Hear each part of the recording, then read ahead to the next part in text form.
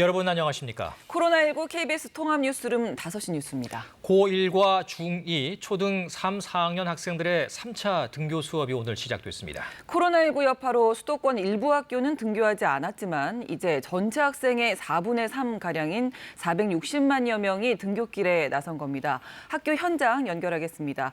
양민철 기자, 기대 반 우려 반으로 등교를 했을 텐데요. 수업은 다 끝났습니까? 네, 제가 나와 있는 곳은 서울 서초구에 있는 내곡중학교인데요. 올해 첫 등교 수업을 받은 2학년 학생들은 2시간 반쯤 전인 오후 2시 반쯤 6교시 수업을 끝으로 모든 수업이 끝났습니다. 제가 나와 있는 이 학교는 전교생이 250여 명 정도 되는데요. 오늘은 2학년 학생들만 등교 수업을 했습니다.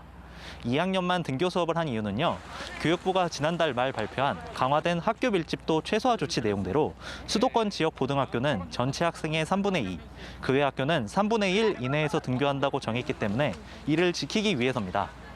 앞서 두 차례 등교 때처럼 교문에서부터 체온을 측정해 발열 등의 증상이 없어야만 건물에 들어갈 수 있었고요. 들어갈 때도 간격을 유지해야 하고 급식실에서도 한 칸씩 뛰어앉아 식사를 했습니다. 네, 이 집단 감염으로 일부 학교가 등교 수업일을 조정하기도 했는데 이 교육당국이 방역 수칙을 위반한 학원을 제재하는 이 학원법 개정안을 추진 중이라면서요. 네, 3차 등교가 시작됐지만 등교 수업일을 조정한 학교는 대부분 수도권 지역에 몰려 있는데요. 부천 물류센터 관련 확진자의 영향도 있지만 학원가에서 강사와 학생 등 확진자가 잇따라 발생한 영향도 있습니다. 유은혜 교육부 장관은 3차 등교 수업 첫날인 오늘 등교를 연기하거나 중단한 학교가 총 519곳이라고 밝혔는데요. 대다수 학교가 수도권에 몰려 있고 또 최근 학원을 통한 산발적 감염 사례가 이어져 엄중히 보고 있다고도 덧붙였습니다. 이에 교육부는 등교 수업 시작 이후 학교에서 코로나19가 확산하진 않았지만 학원발 교내 감염을 막기 위한 학원법 개정을 통해 방역 수칙을 지키지 않는 학원을 제재하도록 하겠다고 설명했습니다. 앞서 방역당국도 수도권 집단 감염이 잇따르자 유흥주점과 노래방은 물론 학원에도 운영 제한 명령을 내린 바 있습니다. 또 교육부는 학원에도 QR코드를 활용해 출입자 명부를 확인하는 전자명부 시스템을 도입하는 방안을 검토하고 있습니다. 지금까지 서울 내곡중학교에서 KBS 뉴스 양민철입니다. 인천 개척교회에서 시작된 코로나19 확진자가 50명을 넘어섰습니다. 조사를 위해 교회를 찾았던 공무원까지 확진되면서 인천 부평구청이 폐쇄됐습니다. 박효인 기자의 보도입니다. 인천에서 개척교회발 확진자가 2명 더 늘었습니다. 인천시는 오늘 남동구에 사는 71살 여성 A씨 등 목사 2명이 코로나19 확진 판정을 받았다고 밝혔습니다. 이들은 최초 전파자로 추정되는 50대 여성 목사에게서 감염된 70대 여성 목사와 지난달 말에 접촉한 것으로 드러났습니다. 경기도 수원의 60대 여성도 인천 개척교회발 확진자와 접촉했는데 양성으로 확인됐습니다. 개척교회발 확진자는 서울과 경기도까지 포함해 50명을 넘었습니다. 개척교회 감염과 관련해 현장 조사를 나갔던 공무원이 감염돼 인천 부평구청이 이틀째 폐쇄했습니다. 인천시는 당시 이 공무원이 마스크와 장갑을 착용했던 점을 감안해 감염 경로를 다시 조사하고 있습니다. 구청 직원 1,300여 명에 대한 검사 결과 모두 음성으로 확인됐습니다. 또 개척교회 모임에 참석한 뒤 감염된 목사가 방문한 인천 서구의 요양원도 운영이 중단됐습니다. 다행히 요양원에서는 추가 확진자가 나오지 않았습니다. 인천시는 오는 14일까지 종교시설과 장례식장, 콜센터, 물류센터 등 6개 업종 4,800여 곳에 대해 운영 자제를 권고했습니다. 또 3차 계약이 시작된 다른 지역과 달리 인천 부평구와 계양구에서는 오는 10일까지 고3을 제외한 유치원과 초중고등학생들의 원격 수업이 연장된 상태입니다. KBS 뉴스 박효인입니다. 서울에서는 강남구의 삼성화재 건물에서 일하던 보험 설계사가 확진돼 건물이 폐쇄됐습니다. 이 교회와 콜센터 등 지역 감염이 잇따르면서 서울에서만 확진자가 20명 이상 늘었습니다. 민정희 기자입니다. 삼성화재 소속 보험 설계사인 60대 남성 A씨가 어제 코로나19 확진 판정을 받았습니다. 이 남성은 지난 1일부터 증상이 있어 어제 오전 검사받은 뒤 확진 판정을 받은 것으로 전해졌습니다. A씨가 일하던 서울 강남구의 건물에는 역삼, 서초, 삼성 세무서 직원 600여 명과 삼성화재 직원들이 있습니다. 강남구청 관계자는 건물에 대한 방역을 마쳤으며 7일까지 자진 폐쇄할 계획이라고 설명했습니다. 접촉자로 분류된 50여 명은 모두 자가 격리 상태로 현재 역학조사가 진행 중입니다.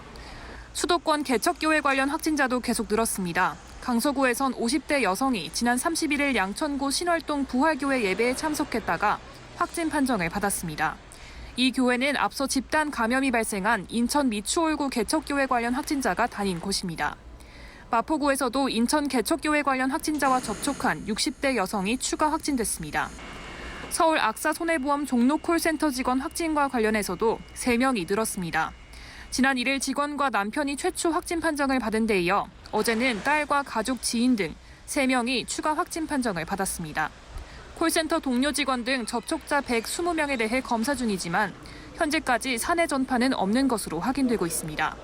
서울시는 오늘부터 중구 서울 유스호스텔에서 코로나19 경증과 무증상 환자를 위한 남산 생활치료센터를 운영한다고 밝혔습니다.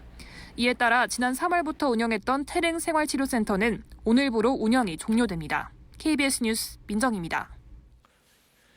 3차 등교가 시작된 오늘 코로나19 신규 확진자는 49명이 늘었습니다. 이 본격적인 휴가철을 앞두고 정부는 물놀이 시설에서 2m 이상 거리를 유지하도록 하는 방역 지침도 발표했습니다. 김지성 기자의 보도입니다. 코로나19 신규 확진자는 오늘 0시 기준으로 49명 늘어난 것으로 나타났습니다. 한 명을 제외하면 모두 수도권에서 나왔습니다. 3차 등교를 시작한 오늘 수도권 교회를 중심으로 확산세가 계속되면서 50명 선 턱밑까지 다가선 겁니다. 방역당국은 다음 주말까지가 수도권 유행이 전국으로 확산될지 여부를 결정하는 중요 고비가 될 것이라며 각종 모임과 행사를 자제해달라고 거듭 요청했습니다. 수도권 주민들께서는 내가 무증상 감염자일 수 있다라는 경각심을 가지고 일상생활에서 방역 수칙을 철저히 지키는 데 더욱 노력해 주시기 바랍니다. 다만 방역당국은 아직은 우리 의료체계 내에서 관리가 가능한 범위 내에 있다고 보고 사회적 거리두기 전환 여부는 좀 더 지켜보겠다는 입장을 밝혔습니다. 본격적인 휴가철을 앞두고 정부는 물놀이 방역 대책도 발표했습니다. 먼저 워터파크 등 물놀이 시설을 이용할 때 이용자들이 2m, 최소 1m 이상 거리를 유지할 수 있게 관리하도록 했습니다. 또 수건과 수영복 등 휴대용 물품은 개인 물품을 쓰고 실내보단 실외 휴게시설을 이용하도록 했습니다. 탈의실과 샤워실 등 부대시설도 거리두기를 유지할 수 있도록 적정 인원 수준에서 관리하고 시간대별 이용객 수를 제한해 이용객이 몰리지 않도록 했습니다. 문체부와 자치단체는 다음 달까지 물놀이 시설 200여 곳에 대해 현장 점검에 나서 방역 수칙이 제대로 지켜지고 있는지 확인할 계획입니다. KBS 뉴스 김지선입니다. 정부가 코로나19 치료제와 백신 개발에 청사진을 내놨습니다. 코로나19 치료제는 올해 안에, 백신은 내년 말 생산을 목표로 잡았는데요.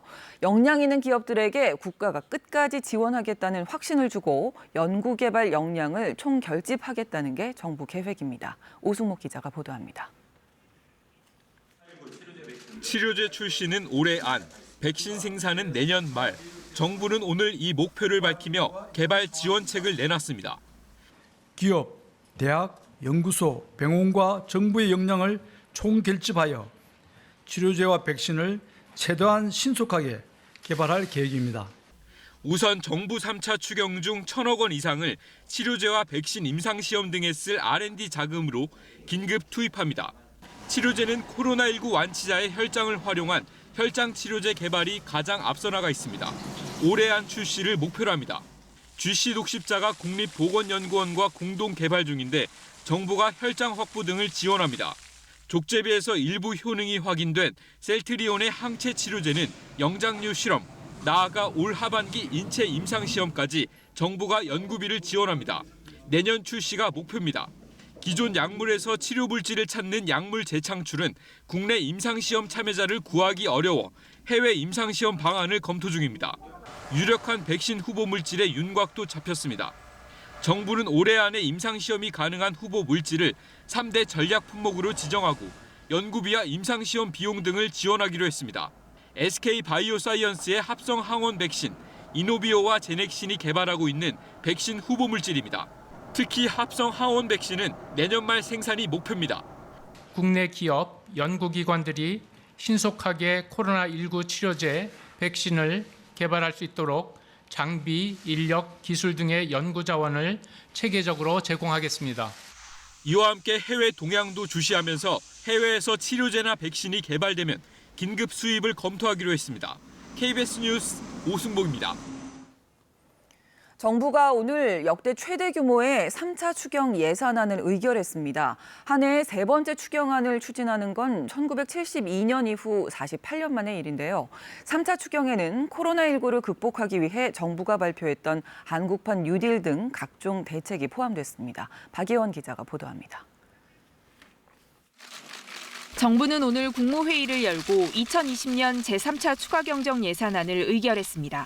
한 해의 세 번째 추경을 편성한 건 1972년 이후 48년 만에 있는 일입니다. 규모는 금융위기 이후인 2009년을 뛰어넘는 역대 추경 가운데 최대 35조 3천억 원으로 이 가운데 순수 지출인 세출 확대는 23조 9천억 원을 차지합니다. 내용을 보면 정부가 코로나19 극복을 위해 내놨던 주요 대책들이 대거 포함됐습니다. 우선 한국판 뉴딜 사업에 올해 예산이 5조 1천억 원 들어갔습니다. 고용유지 지원금 확대와 긴급 고용안정 지원금 마련 등을 위한 고용안정 예산은 8조 9천억 원, 저소득층과 취약계층을 위한 사회안전망 강화 예산이 5천억 원입니다. 소상공인 중소기업 대출과 주력산업 안정기금을 조성하는 데 필요한 금융지원 예산도 5조 원 포함됐습니다. 내수, 수출, 지역경제 활성화 예산 3조 7천억 원과 방역산업 육성, 재난 대응을 위한 2조 5천억 원도 3차 추경에 들어갔습니다. 이러한 대책들은 재정 실탄이 뒷받침되어야 실효성을 발휘하게 됩니다. 또 현장에서 기업과 상인들은 위기를 버텨내기 위하여 정부 지원이 더 필요하다고 합니다. 정부는 이 같은 세출 외에 지난 1차 추경 때보다 세수가 크게 줄어들 것으로 보고 이를 보완하기 위한 세입 경정을 11조 4천억 원으로 잡았습니다. 3차 추경에 따라 우리나라 국가 채무는 모두 840조 2천억 원으로 늘어나고 GDP 대비 국가 채무 비율은 43.5%로 2차 추경 때보다 2.2%포인트 올라갑니다. 홍남기 경제부총리는 3차 추경안을 내일 국회에 제출하고 확정될 경우 3개월 안에 75%가 집행될 수 있도록 속도를 내겠다고 밝혔습니다. KBS 뉴스 박예원입니다. 지난해 이자를 낼 만큼의 돈도 못 벌어들인 기업의 비중이 역대 최고 수준으로 커진 것으로 나타났습니다. 한국은행이 외부 감사 대상 국내 비금융 영리법인 기업 25,800여 곳을 조사한 결과 영업이익으로 이자도 갚지 못하는 기업, 즉 이자 보상 비율 100% 미만의 비율은 34.8%로 집계됐습니다. 이는 2013년 통계 집계 이래 역대 최고 수준으로 매출액 대비 영업이익률이 하락한 반면 금융비용 부담은 커진 탓으로 풀이됩니다. 코로나19로 어려움을 겪는 특수고용직 종사자, 프리랜서, 무급휴직자 등에게 1인당 150만 원씩 지급하는 긴급 고용안정지원금 신청이 이틀 만에 12만 건을 넘었습니다. 고용노동부는 온라인 신청을 받기 시작한 지난 1일부터 어제까지 약 12만 2천 건이 접수됐다고 오늘 밝혔습니다. 지원금 신청은 오는 12일까지는 신청자의 출생 연도에 따라 오부제를 적용해 온라인으로 접수받고 다음 달 1일부터는 오프라인 접수를 시작할 예정입니다. 흑인 플로이드 씨 사망 사건으로 인한 시위가 미국 전역에서 격화되고 있습니다. 수도 워싱턴 DC에서는 백악관에 근접한 시위대를 향해서 경찰이 최루탄을 쏘는 등 강경 대응에 나섰습니다. 보도에 김덕훈 기자입니다. 백악관 경비대가 시위대를 밀치고 최루탄까지 쏩니다. 흑인 남성 조지 플로이드를 기리려던 평화 시위는 아수라장이 됐습니다. 야간 통행 금지령이 발동됐지만 시위는 계속되고 있습니다. 미 국방부는 워싱턴 DC에서 벌어지는 이 같은 소요 사태에 대응하기 위해 육군 병력 1,600명을 배치했습니다. 미 국방부 대변인은 워싱턴 DC 밖에서 병력이 경계태세를 갖추고 있다면서도 시위 대응을 위한 민간 작전에 참여 중인 것은 아니라고 밝혔습니다. 뉴욕시에서도 밤사이 폭력 시위가 격화됐습니다. SUV 차량이 경찰을 치고 달아나는 아찔한 상황과 방화, 약탈까지 곳곳에서 벌어졌습니다. They demean Mr. Floyd's murder by using this as an opportunity for criminal activity. 뉴욕시는 현지 시각 1일부터 통금 조치를 내리고 불법 행위를 엄단하는 등 대응에 나서기로 했습니다. 트럼프 대통령은 어제 백악관 근처 교회를 방문한 데 이어 오늘은 유명 천주교 성지를 찾았지만 종교계로부터 종교를 이용하지 말라는 비판을 받았습니다. 플로이드 사망에 대해 미국인 대다수가 분노하고 있다는 여론조사 결과도 나왔습니다. 여론조사 업체 입소스가 미국 성인 1000여 명을 대상으로 실시한 여론조사 결과 응답자의 64%가 항의 시위에 동조한다고 답했습니다. 시위에 대한 트럼프 대통령의 대처에는 응답자의 55%가 부정적인 평가를 내렸습니다. 현지 한인 피해도 계속 늘어나고 있습니다. 미국 전역에서 발생한 한인 상점 재산 피해는 현재까지 모두 99건으로 파악됐습니다. KBS 뉴스 김덕훈입니다. 유럽에서도 백인 경찰관의 폭력에 항의하는 시위가 잇따르고 있습니다. 유럽 프로축구 리그 선수들도 폭력 규탄에 동참하고 있습니다. 베를린에서 유광석 특파원이 보도합니다. 베를린 브란덴부르크 문 광장, 바로 옆 미국 대사관을 향해 시민들이 피켓을 들고 섰습니다. 그동안 경찰 폭력으로 숨진 희생자 이름들을 빼곡히 적었습니다. 참가자들은 미네아폴리스에서의 경찰 폭력과 이후 미국 정부의 미흡한 조치를 규탄했습니다. At a minimum, the officers involved in Minneapolis have to be charged with first-degree murder. All four of them. That's just a start. 영국에선 지난 주말 대규모 시위에 이어 오늘 전국적인 시위가 이어집니다. 영국 시민단체들은 코로나19 사태를 감안해 각자의 문 앞이나 다른 가능한 장소에서 시위에 참가해달라고 요청했습니다. 프로축구 선수들도 골 세리머니로 희생자를 추모하고 폭력에 항의하고 있습니다.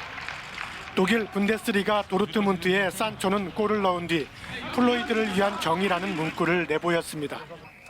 멘션 글라트바흐의 튀랑은 한쪽 무릎 꿇기 세리머니로 인종차별에 항의했습니다. 영국 프리미어리그 리버풀 선수 29명도 홈구장에서 훈련 중 함께 무릎을 꿇는 방식으로 항의의 뜻을 나타냈습니다. 유럽연합 호세프 보렐 외교안보정책 고위대표는 이번 사건은 경찰관의 권한남용으로 규탄받아야 한다고 강조했습니다. 베를린에서 KBS 뉴스 유광석입니다. 우리 정부가 일본의 수출 규제 강화에 대응해 세계무역기구 WTO의 분쟁 해결 절차를 재개하기로 한 것과 관련해 일본 측이 당국 간 대화 중단 가능성을 내비쳤습니다. 아사히 신문은 오늘 한국 측 방침에 대해 일본 경제산업성 간부가 쌓아 올려온 것이 무너진다고 말했다고 보도했습니다. 이 보도에 따르면 일본 외무성 간부는 왼손으로 때리면서 오른손으로 악수하자는 얘기라며 한국 측의 결정이 모순된다고 언급하기도 했습니다. 일본 마이니치 신문은 일본 정부가 G7 확대를 구상하는 트럼프 대통령의 진위를 파악하지 못해 곤혹스러워하고 있다고 보도했습니다. 이 신문은 또 트럼프 대통령이 G7 틀 자체에 대해 시대에 뒤떨어졌다며 의문을 제기한 것도 일본 정부 내에 파문을 일으켰다고 전했습니다. 이와 함께 G7을 G11로 재편하는 경우 아시아 참가국이 한국, 일본, 인도 3개국으로 단번에 늘어 일본의 존재감이 떨어질 수 있다고 신문은 덧붙였습니다. 한미 간의 방위비 분담금 협상이 진행 중인 가운데 주한미군 한국인 근로자 인건비를 우선 지급하자는 우리 국방부의 제안을 미국 측이 받아들였습니다. 주한미군 한국인 근로자들의 무급 휴직도 중단됩니다. 조빈나 기자가 보도합니다. 미국 측이 주한미군 한국인 근로자 인건비 우선 지급을 수용했습니다. 미국 국방부는 오늘 성명을 내고 모든 주한미군 한국인 근로자에게 올해 말까지 인건비를 지급하겠다는 한국의 제안을 수용했다고 밝혔습니다. 그러면서 이번 결정으로 주한미군 전체 한국인 노동력에 대해 연말까지 2억 달러, 우리 돈 2,430억 원 이상이 제공될 거라고 설명했습니다. 주한미군은 한미 방위비 분담금 협정이 체결되지 않았다는 이유로 지난 4월부터 한국인 근로자 일부를 무급 휴직시켰습니다. 전체의 절반 정도인 4,000명 규모입니다. 우리 정부는 협상 타결과 별개로 미국 측이 인건비 우선 지급을 계속 거부할 경우 관련 특별법을 제정해 주한미군 한국인 근로자들의 생계를 별도로 지원하는 방안을 추진해왔습니다. 한미 양국은 여전히 방위비 분담금 규모에 대한 이견을 좁히지 못하는 가운데 미국 측이 우리 측 제안을 수용한 것이 향후 협상에 어떤 영향을 미칠지 관심이 모아지고 있습니다. 우리 국방부는 미국 측의 결정을 환영하며 조속한 시일 내에 방위비 분담금 협상이 합의에 도달하도록 노력할 거라는 입장을 밝혔습니다. KBS 뉴스 조빈나입니다. 부산 강서구의 한 은행 건물과 주차장에 집안이 내려앉아 경찰과 소방당국이 주변을 통제하고 있습니다. 오늘 오전 11시 15분쯤 부산 강서구 송정동의 경남은행 건물이 집안 침하로 기울어졌습니다. 해당 건물은 2층짜리로 1층 은행 직원 10명과 2층 한국산업단지 부산지사 직원 18명이 대피했습니다. 집안이 내려앉은 곳 주변에는 25층짜리 주상복합 건물 신축공사장이 있는 것으로 파악됐습니다. 경찰과 소방당국은 신축공사와의 연관성 등 정확한 원인을 조사하고 있습니다. 가야 역사의 중심지인 경남 김해에서 도굴 피해 없이 온전히 보존된 가야시대 장군 무덤이 처음으로 발굴됐습니다. 그동안 기록으로 드러나지 않았던 가야 무덤 내부 구조와 베일에 감춰졌던 가야사의 실체를 알 수 있는 지표가 될 것으로 기대됩니다. 차주아 기자의 보도입니다. 금관가야 최고 지배계층의 무덤으로 확인된 국가사적 341호 김해 대성동 고분군. 최근 발굴된 가야 무덤 70여 기 가운데 내부가 온전히 보존된 4세기 초 무덤이 처음으로 모습을 드러냈습니다. 길이 4.9m, 너비 3.4m의 무덤 안에는 당시 화폐로도 사용됐던 대형 덩이쇠 40여 개 위에 시신이 안치된 흔적이 보입니다. 화살촉 130여 개와 큰 칼은 무덤의 주인이 장군이나 귀족 무사임을 짐작케 합니다. 지금까지 사례가 없을 정도로 보존 상태가 완벽한 목광묘 한 기가 발굴이 됐는데 무덤의 부장 양상이라든지 숭장 양상을 확실하게 보여주는 표준적인 목광묘가 될 것으로 기대하고 있습니다. 무덤 주인 옆에는 함께 묻힌 아내로 추정되는 유골과 목걸이가 보이고 발 아래쪽엔 순장의 흔적도 발견됐습니다. 무덤 곳곳에는 북방계 유물인 청동그릇과 고대 일본계 유물인 통형 동기도 발견돼 당시 가야의 교역이 활발했음을 보여줍니다. 가야 무덤이 도굴 피해 없이 온전히 발견된 것은 이번이 처음. 학계는 이번 발굴이 가야사 연구의 중요 지표가 될 것으로 전망합니다. 이렇게 완전한 모습으로 드러난 건 없어요. 기록으로는 알 수가 없죠. 이것은 눈에 보이는 기록입니다. 가야 역사를 좀 더 깊게 접근할 수가 있는 거죠. 또 이번 발굴은 가야 고분군 유네스코 세계문화유산 신청에도 탄력을 줄 것으로 기대됩니다. 이번 발굴 성과는 앞으로 가야 고분군 세계유산 등재 추진과 관련해서 기초 자료로 활용될 것으로 판단됩니다. 김해 대성동 고분군 발굴 조사는 이번 달 말까지 이어집니다. KBS 뉴스 차주아입니다. 청각장애인을 위해 코로나19 생활방역 지침을 수어로 전달하는 아바타 기술이 국내에서 개발됐습니다. 딥러닝 기술을 수어 통역에 적용한 방식인데요. 청각장애인들에게 큰 도움이 될 것으로 보입니다. 조영호 기자의 보도입니다. 청각장애인이 코로나 방역 지침을 전달하는 수어 아바타를 보고 있습니다. 사람의 손짓보다는 못하지만 뜻을 이해하는 데 어려움은 없습니다. 한국어를 번역해서 수어로 아바타 영상을 보여주셨잖아요. 이런 부분들이 농인 당사자 입장에서 봤을 때 굉장히 이해가 잘 됩니다. 한국전자통신연구원이 사물이나 데이터를 분류하거나 군집하는 딥러닝 기술을 활용해 합성 그래픽으로 구현한 아바타 수어 애니메이션입니다. 전달하려는 단어와 문장을 딥러닝 번역 엔진에 입력하면 수어 형태로 자동 변환한 뒤 이를 다시 애니메이션으로 제작하는 방식입니다. 일련의 조합을 통해서 최종적으로 수어 통역사가 하고 있는 수어하고 동일한 형태로 저희가 수어 애니메이션이 최종적으로 만들어지게 됩니다. 앞으로 청각 장애인들도 다양한 소식을 아바타 수어를 통해 쉽게 알 수 있게 되는 겁니다. 음성을 인식을 해서 그 음성을 가지고 바로 아바타 수어의 형태로 생성을 해서 청각장애인들과 비장애인이 서로 이제 소통할 수 있는. 한국전자통신연구원은 농아인협회 감수를 거쳐 수어 아바타 영상을 공개하기로 했습니다. KBS 뉴스 조용입니다. 이어서 오늘의 주식 시황을 KB증권에서 전합니다. KB증권입니다. 개장과 동시에 3개월여 만에 2,100선을 회복했던 코스피 지수가 상승폭을 확대하며 2,140선 후반에서 마감됐습니다. 반면 코스닥은 기관과 외국인의 동반 매도에 나흘 만에 반락했습니다. 오늘 코스피는 59.81포인트 상승한 2147에, 코스닥은 5.92포인트 내린 737.66에 마감됐습니다. 미국에서 인종차별 시위가 격화되고 있지만 그럼에도 경제 회복 기대감이 부각되며 전일 미국 증시는 상승 흐름을 이어갔습니다. 이에 코스피도 기관의 대량 매수에 외국인도 힘을 보태면서 3% 가까이 급등했습니다. 삼성전자가 8거래일째 상승하며 3개월여 만에 5만 4천 원 선을 회복했고 SK하이닉스도 6% 넘게 강세를 보였습니다. 또 삼성카드는 코로나19에 따른 정부의 경기부양책 수혜 기대감에 오름세를 나타냈고 셀트리온 제약은 코로나19 치료제에 대한 기대감이 높아지면서 8% 가까이 급등했습니다. 반면 카카오와 네이버는 차익 실현 매물이 출회되며 저조한 모습을 나타냈습니다. 오늘 원달러 환율은 8원 60전 내린 1216원 80전에 거래를 마쳤습니다. 지금까지 KB증권이었습니다. 오늘 맑은 하늘에 햇볕이 제법 뜨거웠습니다. 영남 일부 지역에서는 30도를 훌쩍 넘겼고요. 또 내일 오전부터는 영남 일부 지역으로 폭염주의보가 발효되겠는데요. 내일 경주의 낮 기온이 35도까지 지속겠습니다. 영남 지역에서는 내일 33도 안팎을 보이겠고요. 그 밖의 지역에서도 30도 안팎으로 한낮에 많이 덥겠습니다. 체온 유지에 신경을 쓰셔야겠습니다. 현재 대부분 지방에 쾌청한 하늘이 드러나 있습니다. 다만 남해안과 제주도에서는 구름이 많이 끼어 있는데요. 저녁부터 밤 사이에도 남해안과 제주도에서는 산발적으로 빗방울이 떨어지는 곳이 있겠습니다. 그리고 밤부터 바다 안개가 유입이 되겠습니다. 때문에 오늘 밤부터 내일 아침까지 서해안과 남해안을 중심으로 안개가 짙게 끼겠습니다. 교통안전에 유의하셔야겠습니다.